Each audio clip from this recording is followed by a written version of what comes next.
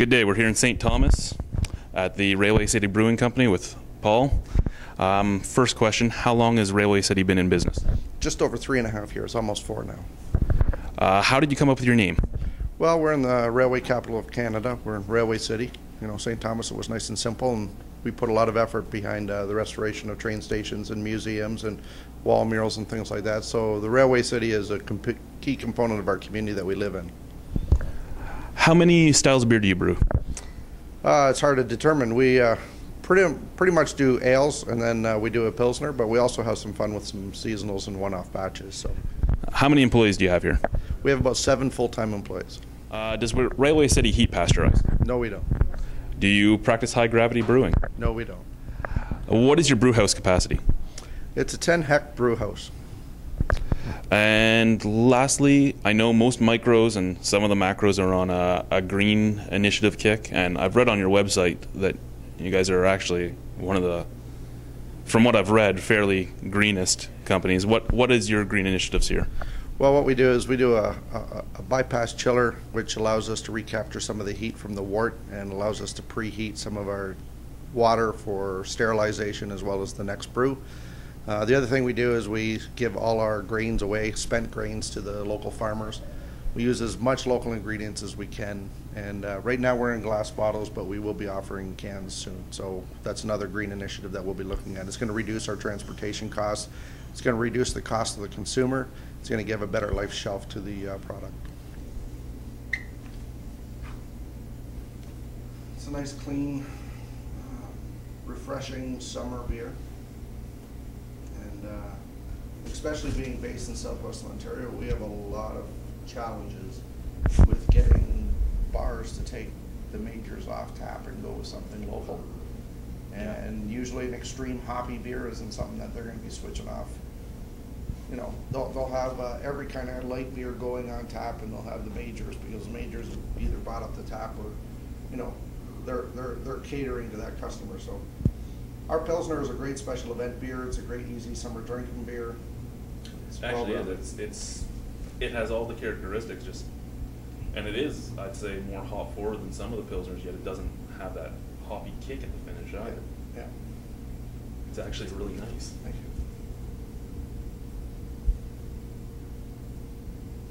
Wow. That's the start. We'll get you a blonde next, and of course the copper amber, and then we'll finish up with the dip. Alrighty. And for a treat, we'll let you pull some of our honey mild right out of the fermenter. Ooh, that could be fun. In 1984, the first modern-day craft brewery in Ontario opened as the Brick Brewing Company. 27 years later, we're just over 30 breweries now. One, what do you think has made that change possible? And two, do you think we're moving too slowly, too quickly? Slowly and quickly is going to be determined based on the consumers. The nice thing about craft beer industry is the fact that people are waking up and they're starting to experience beer. Mind you, there's great beer out there. Everyone brews great beer. It comes down to the individual's palate. And the nice thing about our craft beer industry is we are catching up to some of the leading edges, which is, you know, primarily the West Coast, Quebec, and of course the States. But the thing that we find is it's an exciting industry to be in. There's always someone who's passionate about beer like yourself, and you share great stories over beer. What could be wrong with that?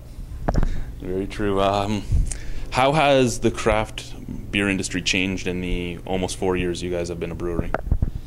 There's a lot more new players coming on board. There's a lot of players that are contract brewing, and you know, it's all based on due to expansion. You know, the craft beer world in Ontario is starting to find a niche, and there's a lot of people out there looking out for something new, something different, and there's a lot of us that are willing to provide something that's a little bit off the wall or a little bit, you know, just different enough for their tastes. Okay, according to the Ontario Business Report, knowledge of craft brew has gone up from 20 to 80%. Personally, I think that's a little high. I mean, I can talk to people that don't know much about craft beer, but what factors do you think have added to this added knowledge?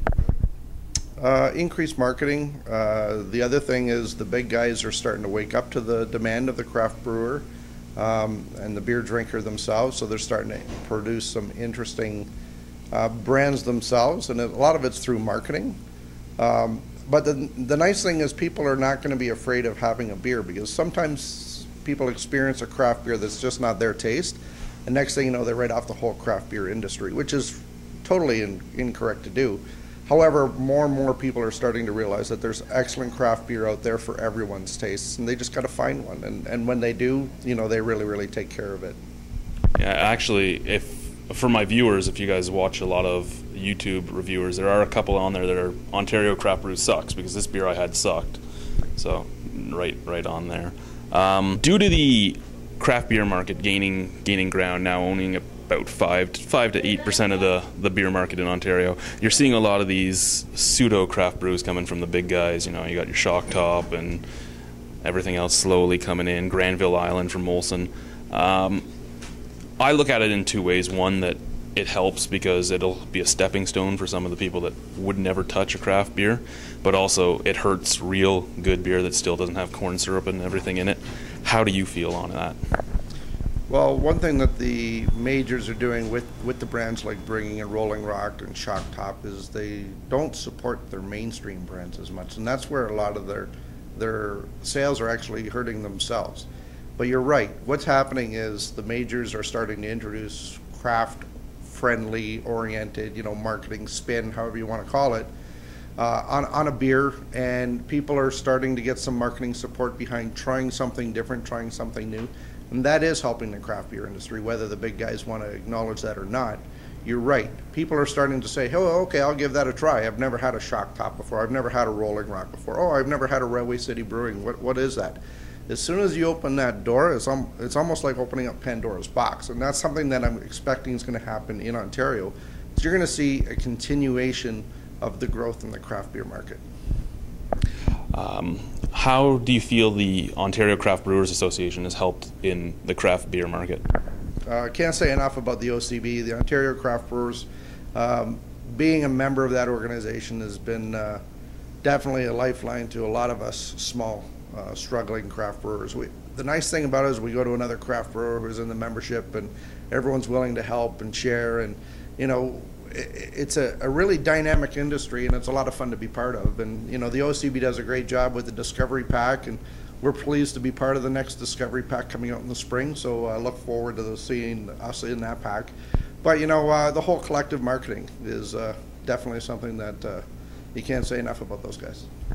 And lastly, the LCBO is now actually becoming more of a beer store in my mind than the beer store itself. But you're finding a lot more imports, a lot more crafts, a lot more beers domestically from around the country. How do you feel that's helping the market, and what do you feel contributed to them opening their doors and realizing that the beer market was so large? Well, the nice thing about the LCBO is they support the local craft brewers, and Ontario has a good craft brew following, and the nice thing is to find good beer, you go to the liquor store, not the beer store. And that's something that I think generally people that know about beer realize that if they want to get good beer, great beer, interesting beer, different beer, they go to the LCBO. And the LCBO is starting to recognize the people that are going there are looking for individual cans or bottles or small six-packs. No one's into getting the large 2-4 drinks and pounding them back all weekend. They're interested in having a mixture, and that mixture they can find. It's like it's a new experience every time they go in the store. What is your distribution region? We deliver once a month up to Kingston, and we generally deliver weekly between Windsor and as far east as Markham. And I'm taking it you direct deliver? We direct deliver everything we got. For the people that don't know, what do you have to do to get into, say, the LCBO or the beer store? We're only in the LCBO. We haven't even looked at the beer store. We've heard some horror stories about the beer store, and it's something that we've really got to get our feet wet and a good stronghold first. And the LCBO has been challenging. We only have our Dead Elephant and our Blonde listing. We'd love to have a couple more listings. A lot of people would love to see our Pilsner, our Copper, or even our Amber in the LCBO, but the LCBO is the one that lists, and you have to have a general listing in order to get on the shelf. And it's taken us our existence so far to get 2 listings. We're hoping to introduce a 3rd one hopefully in the spring, and who knows, we might be successful in getting a 4th one by next Christmas. On the licensee level, what difficulties are there in distribution?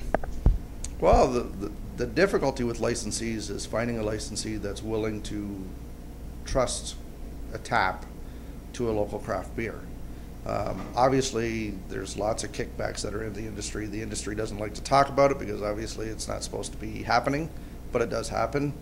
The biggest challenge is when you have a major brewer go in and pretty much outfit the whole bar with brand new taps, and the bar owner feels committed that he's going to have to give every one of his taps to one of those domestic brewers, or I shouldn't even say domestic anymore. But, the challenge is getting a tap. And for us small craft guys, no one orders a beer by the bottle unless you go into a unique bar that has a good bottle list and you're going there specifically for the beer list. But everything is going to be on tap. So you're trying to secure that tap handle, you're trying to secure the volume that goes through the keg, and it's a challenge to get them. On average, how long does it take for a bottle of your beer to get from the bottling line onto the LCBO shelf? I would say in general it takes within a week. We brew 3-4 times a week. Depends on the volume and the individual package.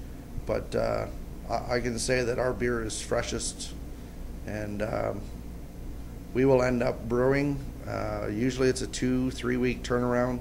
And as soon as it hits the keg, it goes right from there. We unfortunately don't have the capacity here, so everything that we brew goes into a keg and then we bottle from the keg. So kegs are fresh, and bottle line comes directly, sometimes the same day that is put in the keg, which is directly after the bright tank.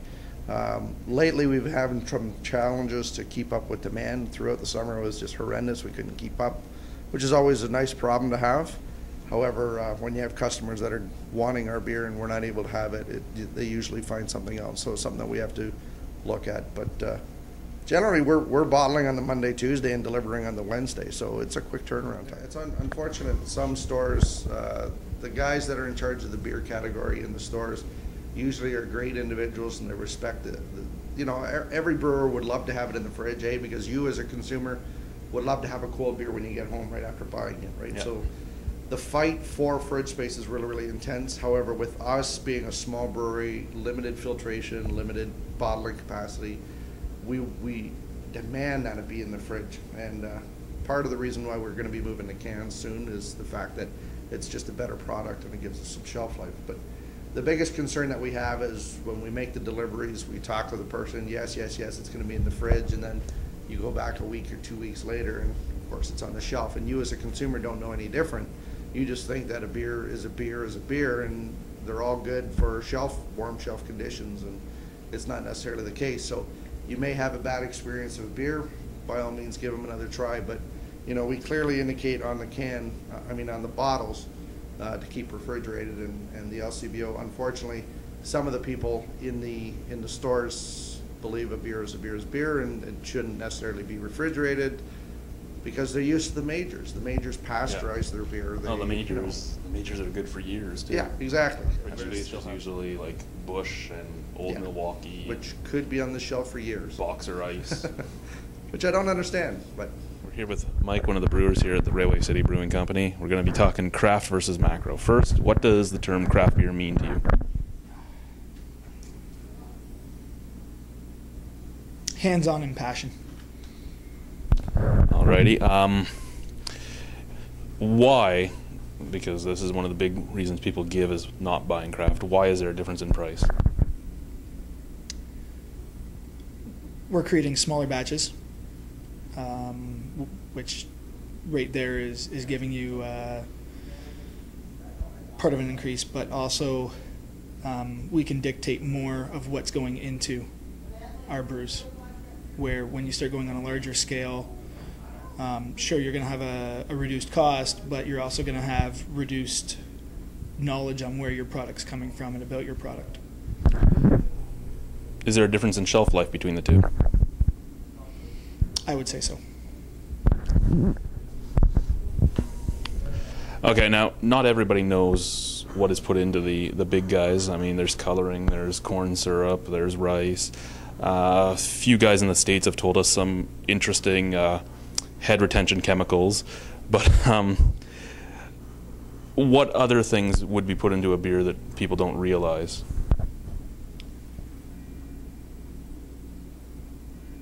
On our scale, there really is no surprises because things are so small. We don't deviate from the unexpected. There's an extension on the labeling law right now, and the wording in it is that it's for the craft brewer, that it's going to cost too much. It's going to be exorbitant to add on the back the nutritional information and what's in the bottle. I personally feel that it's more for the big guys so that they don't have to add everything they have in their beer. What's your feeling on the labeling law extension? It kind of falls under both, but I would say definitely the big guys have more of a say in it, in that now they're going to be letting known that they have a lot more going in their beer other than water, grains, yeast, and hops. Do you feel that the huge quantity of recognized styles of beers might scare the average consumer away from trying the craft beers? Yes. I think I've reviewed now 600 beers, and I don't think I've hit all 71 recognized styles. No, there is. Every beer can be so unique. And then you can put things into a generalized category, but even when you start doing that, there's definitely a lot of stuff that you go, well, is it this or is it this? And a lot of stuff, especially now, because the brewing styles allow you as much, you can kind of blend two styles together, but call it a certain style in particular. Do you guys feel that not having the multi-million-dollar scientific department that the big guys have hurt you, or do you think it adds to the creativity? It definitely adds to the creativity. And lastly, the outcome is basically the same, even though the craft beer tastes a lot better. But what are the major differences between big guy brewing and little guy brewing? Major differences.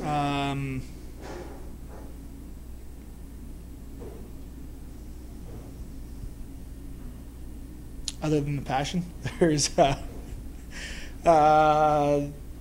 there's a lot more creativity as far as the craft industry goes.